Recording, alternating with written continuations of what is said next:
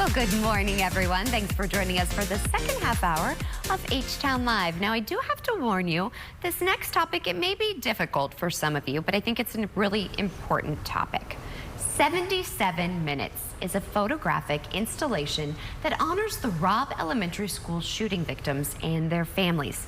It's hosted through the Health Museum's Healing Arts program to showcase the impactful intersection of healing through art.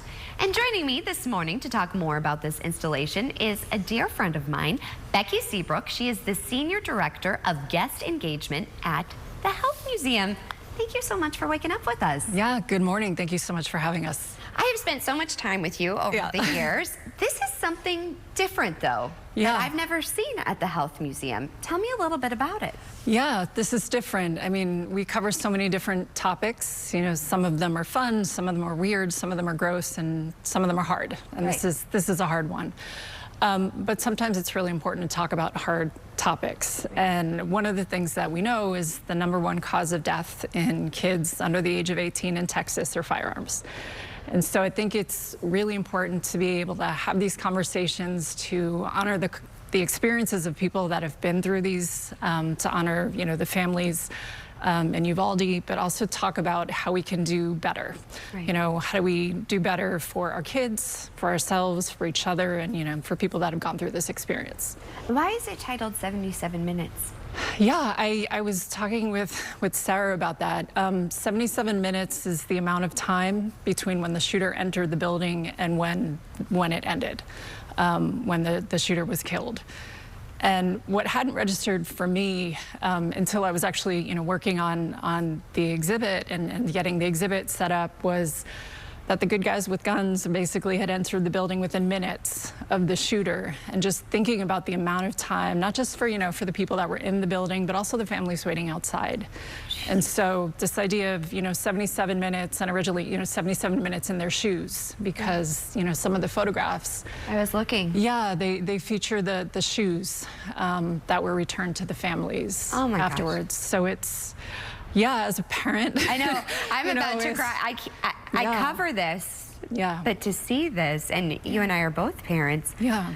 How difficult was this for you to do? I think you know, I think about as difficult it is to install something like this. I think about, you know, and just all the credit to Sarah Sudoff, you know, the artist, and the families that went through this process, and think about how difficult it must have been to, you know, to relive and create this. But yeah, it's hard. I think as a mom, you know, whose kids have all been through lockdowns at their schools, you know, this is everybody's kind of worst nightmare. So how do we change that? I know. And so that's all part of this Healing Arts program. Tell me a little bit more about it. Yeah, so we were really, really excited to launch this initiative last year. As you know, we've always done a lot around the science of health and medicine. But during COVID, it became really clear that people were looking for a place to be able to process health experience. So I think about it as the difference between understanding, you know, the biology of a cell that can turn into a cancer cell versus what it's like to have cancer, or you know, understanding about what's happening with chemicals in the brain with depression versus, you know, the experience of having to get out of bed in the morning when you're going through it, or understanding maternal health. Versus the process of actually being pregnant, becoming a mom. So it's, you know, we talk about the, you know, the science behind all these things, but how do we create the space for people to process their experiences? And we were super fortunate to receive support from an incredible nonprofit called Unlikely Collaborators that allowed us to launch it. And there's just so much research out there looking at how the arts and, you know, different arts mediums can be used as a way for people to process. So you know, we've got a wonderful healing arts manager right now, and this is, you know, a big part of what we do. We'll always continue to do a lot with the science, but this felt important. When people have gone through it, what has their reaction been? It's a hard exhibit for people. It's an interesting exhibit because unless you stop and read about the exhibit, you don't necessarily know what it is. So you can pass and there's photos of shoes, but it's not graphic, it's not, you know, in your face.